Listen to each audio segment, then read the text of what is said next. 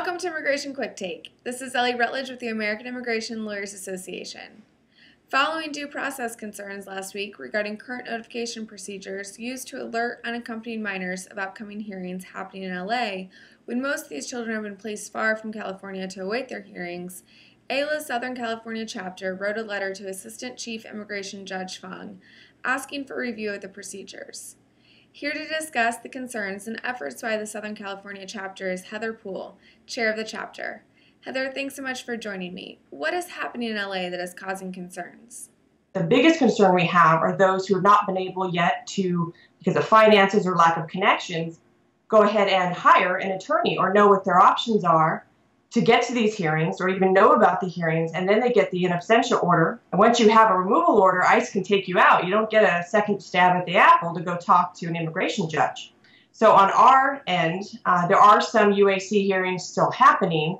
So we've quickly organized many great volunteer AILA attorneys to go into the courtrooms where there still are these UAC hearings taking place and stepping up when these children don't have anyone there to represent them. Here in Southern California, we've been amazed at the response with AILA members, how quickly they've just dropped everything, their own practice, and showed up at immigration hearings to make sure that the judges are not issuing in absentia orders for these kids when they can't show up in time because they've gotten no notice or very short notice of a hearing.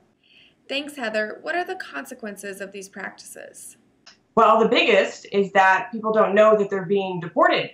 So they can have an in absentia removal order, which has its own horrible ramifications. Once they are deported or removed from the United States, there's a 5-year bar to any kind of relief to even come back. And it's very hard with the departure bar to get any motion to reopen granted once you're already gone. So this is a problem even with people who are represented who are getting no notice. In those cases where the judges can see that there's been less than 2 weeks notice, some judges so far are granting change of venues, especially when the child is outside of the Los Angeles area. But the Los Angeles area is a huge area, but we're having kids who are out of state who are being given master calendar hearings. So when the judges are catching them, they're being much more open to change of venue orders. What can AILA members do both in LA and around the nation to help bring this issue to light? Well, the priority is to strategize and partner with an NGO, a non-government organization that's a public interest organization that has some volunteer attorneys or has some training already in place on the major kinds of relief that these children would apply for, such as special immigrant juvenile status, such as asylum, U visas, etc. So they know their options. It's hard to start from scratch as AILA members, especially when we're all practicing attorneys, to start assembling lists and training mass amount of attorneys. The great thing is we've had such an outpouring here of volunteers that we have luckily partnered with a local organization, Esperanza, which is a division of Catholic Charities, who already has a program in place. But they are also relying on AILA to put together a mentor list because we don't want to place these children with people who are brand new to immigration law or maybe business practitioners who don't really have the kind of experience that these children are going to most likely be able to apply for.